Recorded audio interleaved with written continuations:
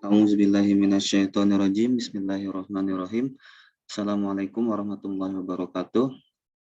Nama saya Noval Syafiq Febriansyah. Ingin mempresentasikan proyek saya, yaitu program sederhana data siswa. Di sini karena programnya menggunakan database, maka yang pertama yaitu perlu mengaktifkan database-nya terlebih dahulu, yaitu MySQL-nya. Setelah itu di sini di dalam proyeknya saya membuat suatu package, yaitu aplikasi data siswa. Yang pertama yaitu pada class login. Jadi pada class login ini user diminta untuk memasukkan username dan password. Lalu ketika tombol login diklik, maka akan menuju ke tampilan berikutnya. Untuk codingannya yaitu if GTextField 1 itu yaitu ini. Jika GTextField 1 itu getText-nya itu sama dengan admin, dan GTextField 2-nya itu sama dengan siswa 123, maka akan menuju class menu pilihan dan akan didispose, yaitu tampilan yang sebelumnya. Jika kita jalankan, kita masukkan admin, passwordnya siswa 123. Maka akan menuju tampilan berikutnya, yaitu menu utama atau menu pilihan. Untuk pada class menu pilihan, untuk UI-nya sendiri di sini terdiri dari 5 button, yaitu yang pertama ada input data siswa, hapus data siswa, ganti data siswa, mencari data siswa, dan keluar. Untuk codingannya sendiri, jadi di sini user ketika mengklik salah satu button maka akan menuju ke tampilan sesuai dengan pilihannya. Jika kita contohnya input data siswa, maka dia di sini akan menuju ke class input dan akan didispose tampilan sebelumnya.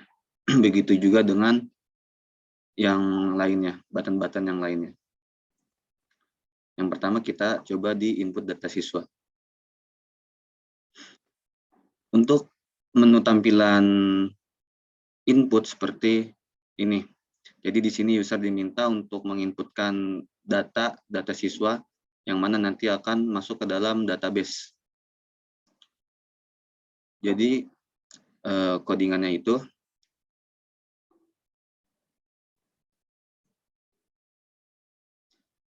jika input data diklik, maka data-data yang telah dimasukkan atau diisi akan masuk ke dalam database. Sebelumnya karena di sini kita perlu melakukan suatu hal sebelumnya agar terhubung ke dalam database-nya, pertama itu kita harus mengimport beberapa package. Setelah itu kita perlu constructor ini, yaitu connection nanti diinisialisasikan con, kemudian statement ini diinisialisasikan stmt, dan result set diinisialisasikan rs. Kemudian kita perlu menghubungkan codingan kita ke database-nya. Yang pertama, yang ini gunanya untuk meload driver-nya, yaitu dari library atau jar yang telah kita masukkan di library untuk mengaksesnya nih. Yang kemudian yang kedua, drive manager atau bagian kedua ini untuk mengakses database yang kita pilih. Karena di sini saya menggunakan database data siswa, maka saya menuliskan di sini database data siswa. Kemudian untuk stmt ini digunakan untuk menulis nanti query SQL. Nah, setelah itu di sini saya membuat function data tabel, gunanya untuk membuat atau menampilkan tabel sesuai dengan database yang sudah ada. Di sini saya mempunyai 6 kolom, yaitu kolom nama, nick, alamat, kelamin, ekskul, dan jurusan, yang mana masing-masing ini dimasukkan ke dalam tipe data string atau dan variabel masing-masing. Setelah itu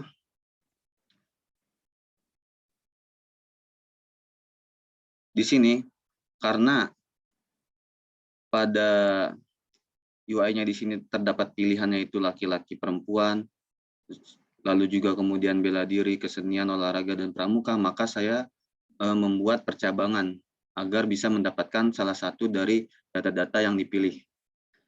Contohnya itu di sini di G-Radio button 1, ketika dipilih maka akan menampilkan G-Radio button 1 teksnya. Begitu juga di G-Radio button 2.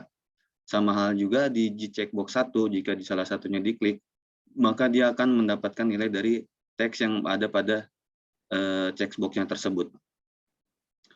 Untuk contohnya, di sini nama Burhan, nick-nya 2301509, alamatnya Tangerang, jenis kelaminnya laki-laki, ekskul yang diambil olahraga, contohnya jurusannya IPS. Maka ketika kita inputkan datanya, data telah dimasukkan.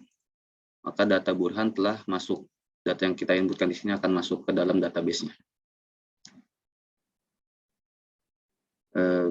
Karena sudah, kita kembali ke menu utama. Ini akan kembali ke menu sebelumnya. Selanjutnya itu menu hapus data siswa. Jadi pada menu tampilan data siswa ini nanti user diminta untuk mengklik salah satu data yang ingin dihapus. Contohnya jika contoh Sumiati, maka ketika kita hapus data Sumiati akan hilang. Untuk codingannya, yaitu pertama kita mendeklarasikan suatu variabel hapus dengan tipe datanya integer, yaitu berupa getTable1.getSelectedRow. GetSelectedRow ini maksudnya adalah yang diklik ini. Jadi data yang diklik. Dan ini berupa integer, jadi nanti nilainya angka. Jika kita mengklik di sini berarti karena mulainya dari indeks ke 0, maka di sini berarti nanti nilainya 2. Kemudian variabel nama dengan tipe data string, yaitu getTable1.getValue hapus. Hapus tadi contoh di sini selected row. Jika dia Sumiati berarti 2, maka di sini akan 2, 0. Lalu diubah ke string agar bisa dimasukkan ke dalam SQL-nya atau query-nya. Karena di sini kita akan mengupdate suatu data atau menghapusnya, maka kita menggunakan query delete from, yaitu siswa. Siswa ini merupakan tabel yang saya buat pada database data siswa. Jika dilihat data siswa, tabelnya itu siswa. Yaitu where nama ini yang tadi sini. Jadi sesuai indeks dari ini ke 00.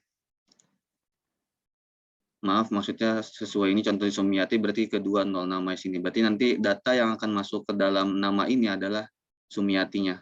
Sumiati akan masuk ke sini. Jadi akan menghapus data yang ada pada barisan Sumiati ini. Contohnya, kita klik hapus data. Maka data Sumiati telah terhapus. Kembali ke menu utama, kemudian pada tampilan ganti data siswa, hampir mirip, jadi kita user diminta mengklik salah satu data yang ingin diganti, contohnya Nisrina, kemudian nanti user memilih data apa yang ingin diganti. Di sini saya menyediakan 3 opsi, yaitu nama, kemudian nick, kemudian alamat yang bisa diganti. Kemudian masukkan data baru yang digantinya. Untuk codingannya sendiri,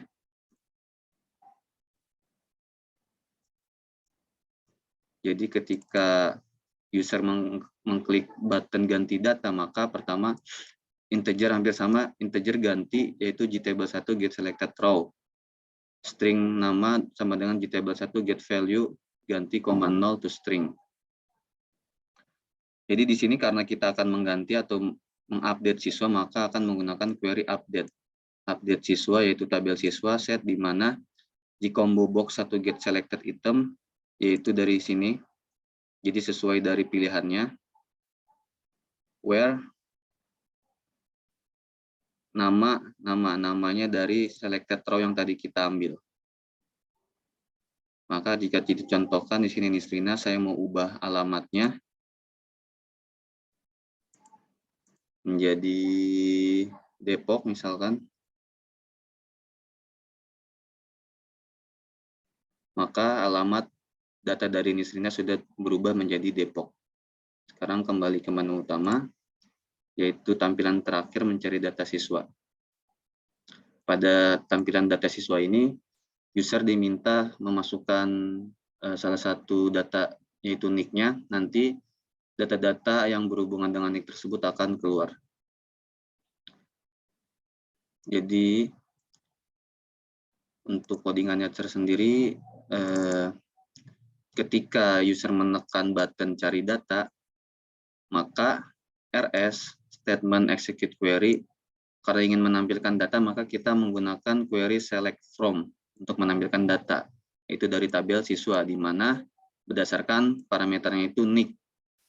Karena kenapa diambil nick? Karena nick ini merupakan kode yang unik gitu, yang nggak bakal sama. Karena jika nantinya sama datanya, salah satunya sama gitu, perempuan atau laki-laki, nanti yang keubah bisa dua datanya.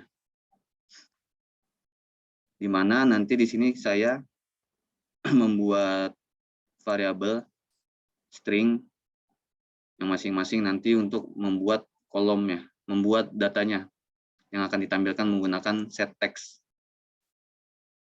GetString nama, alamat, kelamin, ekskul, jurusan. Kemudian nanti akan ditampilkan menggunakan set text. Contohnya di sini saya ingin mengambil Syarif 230 150 44. 230 150 44. Ketika diklik button cari data, maka datanya akan keluar. Jika dilihat Syarif, asal Jakarta, alamat Jakarta, kelaminnya laki-laki, ekskulnya pramuka, jurusannya IPA. Begitu. Untuk yang terakhir keluar akan mengembalikan ketampilan username dan password.